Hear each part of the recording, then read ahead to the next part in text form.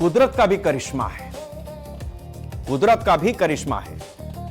कुदरत का करिश्मा यह है कि प्रकृति अपने हिसाब से संतुलन बनाती है। कोरोना के समय पे हमने देखा था, जब लॉकडाउन लगा, हमारी नदियों ने खुद को अपने आप साफ कर लिया।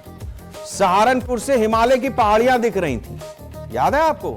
अभी भी फोटो गूगल पर पड़ी होगी, आप सर्च कीजिएगा।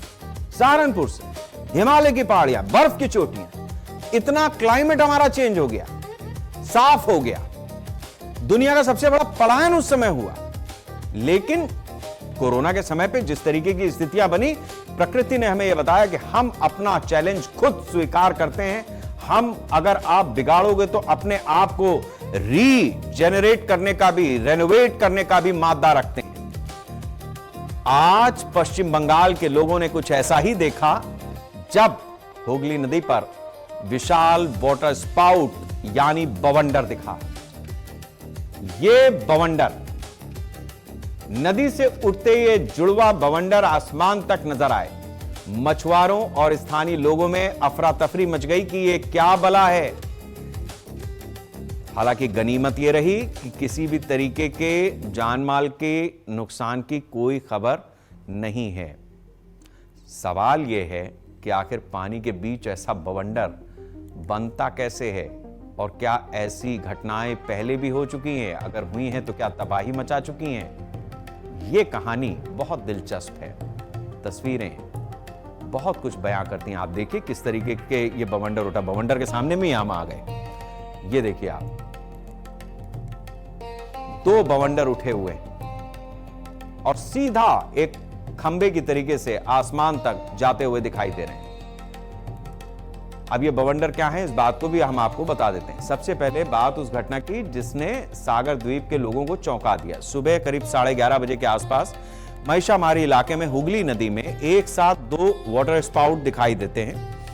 देखते ही देखते नदी के ऊपर विशाल घूमते हुए स्तंभ बनने लगे, जिसके बाद मछुआरों में दहशत फैल गई।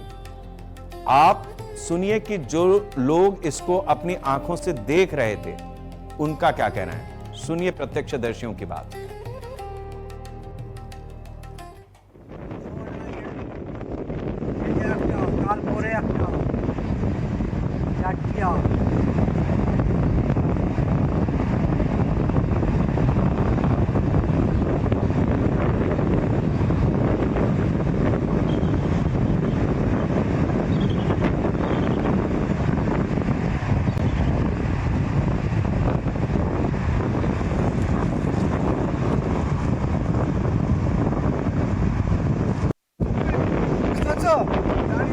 पर नहीं है।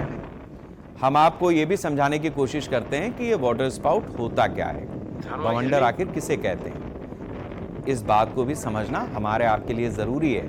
कोई तस्वीर इस तरीके की जब देखते हैं तो कौतूहल मन में होता है कि भाई ये क्या चीज था।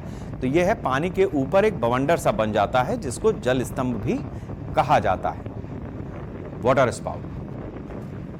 समुद्र और नदियों में यह बवंडर अक्सर बनता है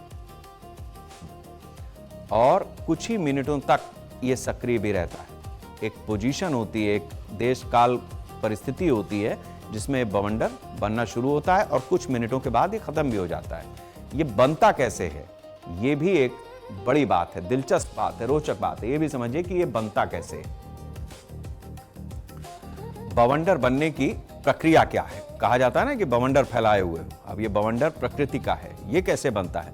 वातावरण में अस्थिरता जब बढ़ जाती है, कम दबाव का क्षेत्र बनता है, तब बवंडर बनता है।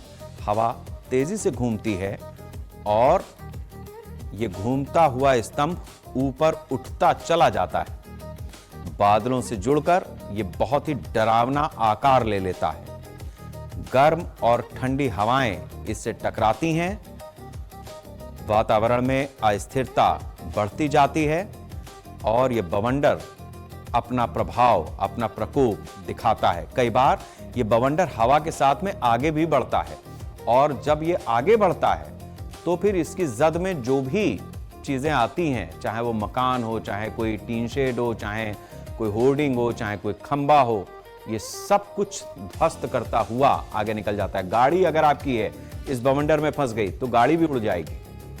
आप अपनी गाड़ी को बचा नहीं सकते, उसका वजन, ये बवंडर, इस बवंडर के सामने तिनके से भी हल्का है। तो आप ये समझिए कि ये बवंडर जब किसी चीज से टकराएगा तो उस चीज को उड़ा करके तिनके की तरह ले जाएगा।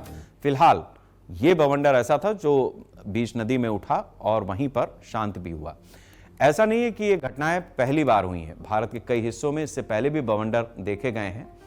कई मामलों में भारी तबाही भी हुई है। यह भी जानना जरूरी है कि आखिर भारत में ऐसे बवंडर कब उठे। 2018-19 में चिल्का झील उड़ीसा में, आपको ध्यान होगा, इसी तरीके का एक बवंडर उठा जिसमें बहुत सारे लोगों की जान गई। अक्टूबर 2020 में मुंबई के तट पर यह बवंडर उठा था। सितंबर 2021 में सीधी मध्य प्रदेश में भी इसी तरीके का बवंडर देखा गया। जुलाई 2022 केरल के तटीय इलाकों में इस तरीके का बवंडर उठा और सितंबर 2022 में संगारेड्डी, तेलंगाना, यहां पर भी बवंडर को लोगों ने अपनी आंखों से देखा। जुलाई 2023 में पंजाब के फिरोजपुर में ऐसा ही एक बवंडर देखने को मिला। जुलाई 2025 में उत्तर प्रदेश के ललितपुर में इस बवंडर ने कहर बरपाया था। अक्टूबर 2025 चिल्का झील उड़ीसा, जैसा हमने आपको बताया, बहुत बड़ा वो त्रासदी थी जब इस तरीके का बवंडर आया था।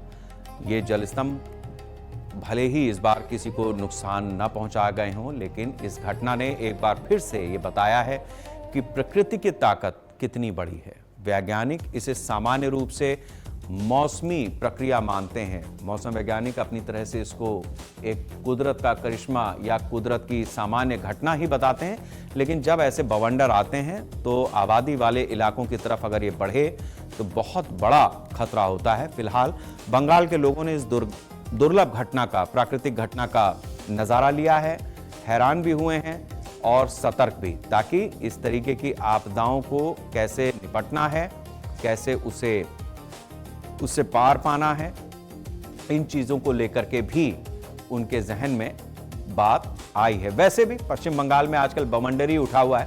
राजनीतिक तूफान हो या कुदरत का तूफान हो, फिलहाल इस कुदरत के तूफान के साथ में ही आपको छोड़े जाते हैं। वंदे राष्ट्र।